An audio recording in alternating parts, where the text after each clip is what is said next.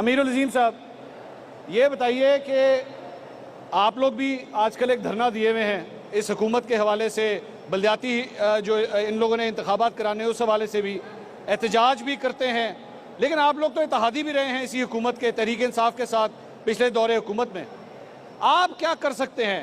जमात इस्लामी की आज की सियासत में कौन सी जगह है कि वो भी एक्चुअली कोई काउंट कर सकती है? एहतजाज आप लोग करते हैं, लेकिन जब सीटों की बात आती है वो नहीं मिलती आपको।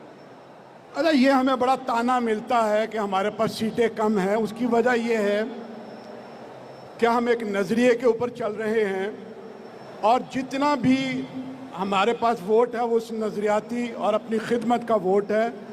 बाकी जो लोग वोट लेकर 2/3 मेजॉरिटी भी हासिल करते हैं वो इलेक्टेबल्स का वोट है, वो पार्टियों का वोट कम है। उसमें लगारी, मज़ारी, चौधरी, टम्मन, नवाब, ये सारे लोग हैं। और जब कोई कान से पकड़ के इनको निकालता है तो जो निकालने से पहले नारे लगा रहे होते हैं, बाहर निकलते हैं तो साथ कोई नहीं देता, तो वोट बैंक तो गायब हो चला जाता है। ये जो आपने सवाल किया था, ये एक पुरानी बीमारी है। जब बारी ख़त्म होने लगती है तो ये बीमारी बुखार की तरह चढ़ती है और लोगों को ख़बरदार करते हैं। ये अयूब खान को भी बीमारी थी कि मैं निकल गया तो क्या हो जाएगा।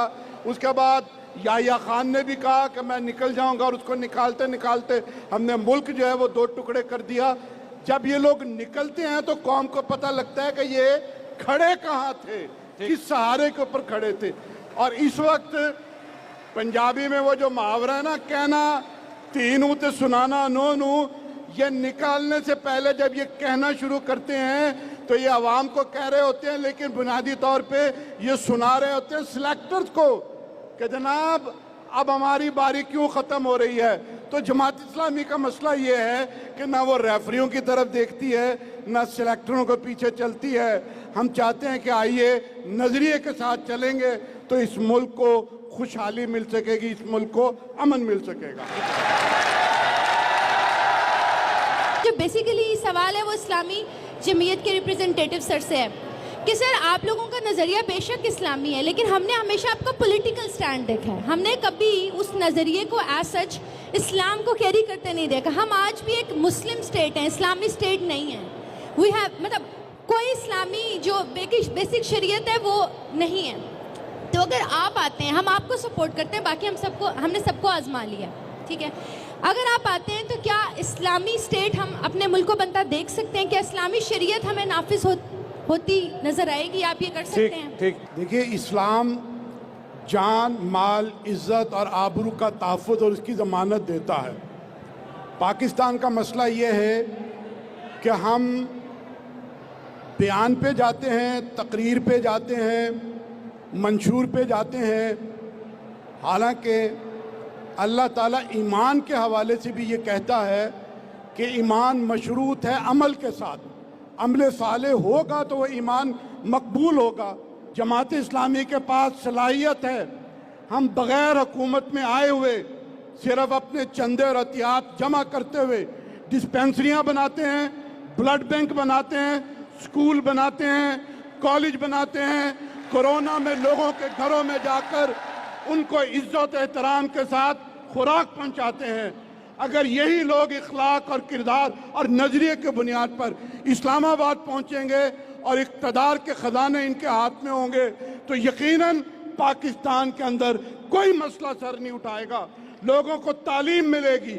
आज हालत यह है कि मेरा बच्चा FC कॉलेज में पढ़ता है, सेमेस्टर की फ़ीस देता है, हुकूमत की जिम्मेदारी है कि वो फ़ीस अदा करे।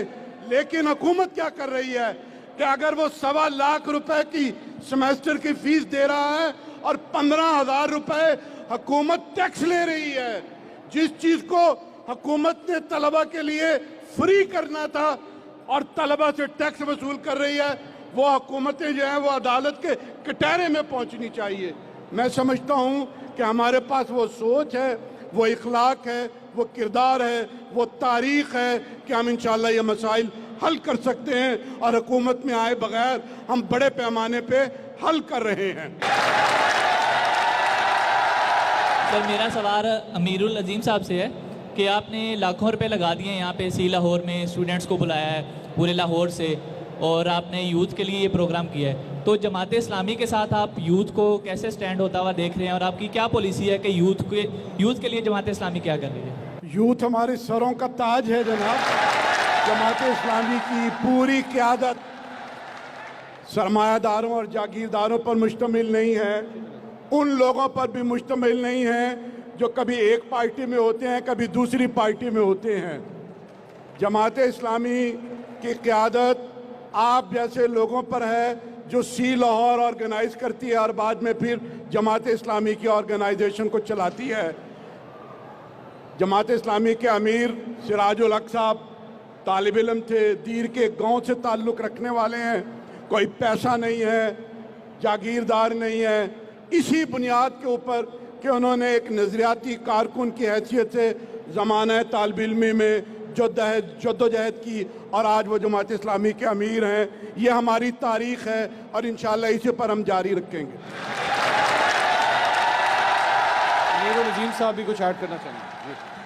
मैं ये अर्ज़ करना चाहूँगा कि आप तो अभी भी इकट्ठे हैं, ये कौम दुआ मांग रही है कि आप अलग अलग हो जाएं। आज के वज़ीर आला पंजाब इससे पहले किस पार्टी में थे? नून में थे, आज पीटीआई में है। फवाद चौधरी कहाँ था?